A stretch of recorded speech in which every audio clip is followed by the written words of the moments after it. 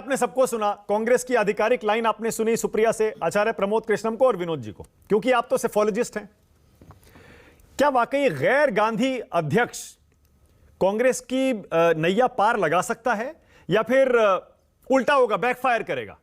क्योंकि बहुत सारे लोगों का यह कहना है, जिसमें मैं भी शामिल हूं, मुझे खुद ऐसा लगता है, मेरा असेसमेंट यह है कि गांधी के बिना कांग्रेस को नुकसान ही होगा, फायदा नहीं होगा। प्रदीप जी।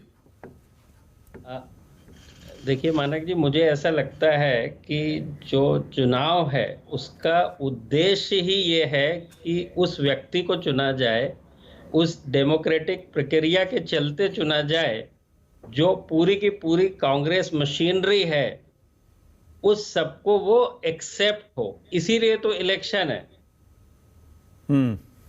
तो कांग्रेस को अब तय करना है कि उनके उद्देश्य क्या है, और उद्देश्य जो हम सबके सामने नजर आते हैं, बाहर से हम जब देखते हैं तो ठीक है कि कांग्रेस की जो भी आज की स्थिति है, एक नया कैप्टन या पुराना कैप्टन मैं नहीं कह सकता, लेकिन एक कैप्टन आए जो इस शिप की नैया को जो है अपने वजूद, जो उसका पुराना वजूद था, जो उसकी ख्याति थी, जो उसकी स्थिति थी, उसके इर्द गिर्द पहुंचा पाने में सक्षम हो। हाँ। ये एक उद्देश्य होना चाहिए जो सामने नजर आता है, और यही होगा भी शायद। अब सवाल ये आता है कि उस उद्देश्य की पूर्ति को प्राप्त करने के लिए कौन सक्षम है।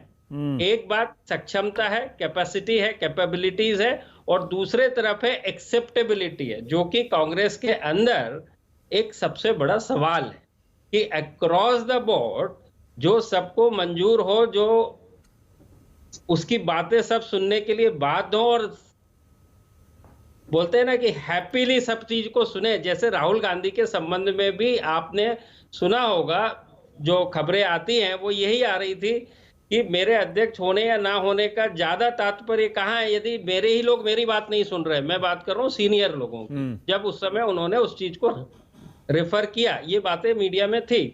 तो सवाल वहीं आता है घूम फिर के कि एक है मशीनरी, और मशीनरी भी संस्थान जो है कांग्रेस 100 साल से पुरानी संस्था है। तो मेरा ऐसा मानना है कि मशीन के अंदर दो चीजें होती है, जैसे कि हार्डवेयर, जैसे कि सॉफ्टवेयर। सॉफ्टवेयर है वहां की सोच, वहां की आइडियोलॉजी, और जो हार्डवेयर है वो फंक्शनरी है, कार्यकर्ता है, उसके प्रमुख पदाधिकारी हैं। और इन सबको जब तक एक रिदम में आके काम ना करें, तब तक वो मशीन काम नहीं करने वाली है। सब कलपुर्जे अपनी अपनी दिशा में चल रहे होते हैं, और उसके चलते सफलता बहुत दूर रह जाती है। तो सवाल ये उठता है कि ऐसा कौन व्यक्ति होगा जो सक्षम हो और जो एक्सेप्टेबल हो अक्रॉस द बोर्ड। मुझे लगता है ये सबसे बड़ा क्राइटेरिया होगा और होना भी चाहिए। और गांधी, जो मैंने आपसे कहा, आपका असेसमेंट क्या है प्रदीप जी? गांधी फिलहाल आज कांग्रेस के लिए फायदे की बात है या नुकसान की बात है अध्यक्ष के तौर पर? देखिए, अध्यक्ष के तौर पर इसमें तो कहीं कोई शक नहीं है कि जो गांधी की एक्सेप्टेबिलिटी कांग्रेस पार्टी के अंदर है, वो किसी और की हो ही नहीं सकती। ये फैक्ट सामने है। अब रह गई बात फायदे की, तो आप जनमानस के नजरिए से कह रहे हैं। हाँ। तो मैं आपको बता दूं कि जनमानस की जो वोट करता है, जो इलेक्ट करता है गवर्नमेंट को, उस सेंस की बात करें तो आज की डेट में गांधी या उसके सामने कौन सा टैग लगा हुआ है, ये कहीं कोई मायने नहीं है। वो पार्टी या वो नेता उसके लिए क्या वैल्यू प्रपोजिशन लेके आ रहा है, ये सबसे ज्यादा सर्वोपरि है। आज आपने देखे होंगे पिछले कई चुनावों में, किसी एक पार्टी की बात नहीं कर रहा, अक्रॉस द बोर्ड बात करें तो इतने बड़े बड़े नेताओं की हार हुई है जो आप कभी सोच नहीं सकते थे। आप सोच सकते थे कि कैप्टन अमरिंदर सिंह, पूर्व मुख्यमंत्री, वो भी 6 महीने पहले मुख्यमंत्री रहते हुए चुनाव हार जाएंगे। आप ये सोच सकते थे बादल साहब चुनाव हार जाएंगे। आप ये सोच सकते थे ज्योतिरादित्य सिंधिया चुनाव हार सकते हैं। आप ये सोच सकते हो अशोक चौहान साहब चुनाव हार सकते हैं। तो ये अपने अपने फील्ड में, अपने अपने टर्फ में इनका वर्चस्व और वजूद इतना ज्यादा है, लेकिन आज की डेट में जनमानस को कहीं पर भी ये कोई भी किसी तरह से अपील नहीं करता है। वो डायनेस्ट भी हो सकता है, वो गांधी भी हो सकता है, जो उसकी प्लेट में, जो उसके घर में वैल्यू प्रपोजिशन लेके आए, जनता तो उसी के साथ जाएगी। ओके, यानी गांधी हो या गैर गांधी हो, प्रदीप जी कह रहे हैं कोई फर्क नहीं पड़ता, कांग्रेस पार्टी और हाथ का ये निशान वो जनता के बीच क्या फॉर्मूला, क्या वादे लेकर जा रहा है, क्या छवि लेकर जा रहा है, वही डिसाइड करेगा कि जनता वोट करेगी या नहीं। और प्रदीप जी, एक और जो ये फॉर्मूला चल रहा है, हालांकि सुप्रिया ने उस पर कुछ कहा नहीं, कि हो सकता है एक दक्षिण भारत से और एक उत्तर भारत से। मैंने दो नाम बताए, मल्लिकार्जुन खड़गे और शशि थरूर भी अब कूद गए, और दो उत्तर भारत से मीरा कुमार और अशोक गहलोत। इस फॉर्मूले पर आपकी क्या राय है?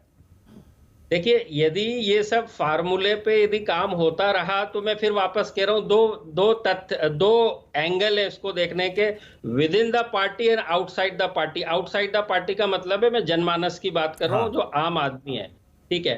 तो विद इन द पार्टी की बात करें तो आप जो मर्जी कर लीजिए आपस में, वो उसी हिसाब से, वो तो पुरानी सोच और पुराना तरीका हो गया, कार्यशैली हो गई, जो कि कहते थे कि जो अभी उस पुराने सोच से जाएं जिसको कि आप रेफर कर रहे हैं, तो मेरे ख्याल से लगता है पुरानी सोच को यदि तवज्जो दिया जाए तो वो व्यक्ति वहां का अध्यक्ष बनेगा जो गांधी परिवार के बहुत करीबी होगा। ये पुरानी सोच है।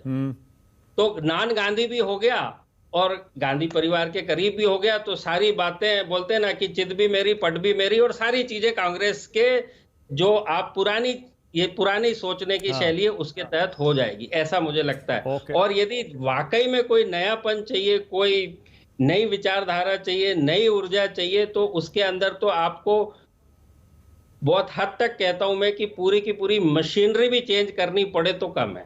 यदि आपको नई ऊर्जा, नई, क्या बोलते ना, पुराने सॉफ्टवेयर से आप नई मशीन को, नए जमाने को कैसे ऑपरेट कर सकते हैं? नहीं हो सकता ये। पुराने सॉफ्टवेयर, पुरानी सोच, सॉफ्टवेयर से मेरा मतलब है पुरानी सोच, पुरानी शैली, पुराने तरीके से।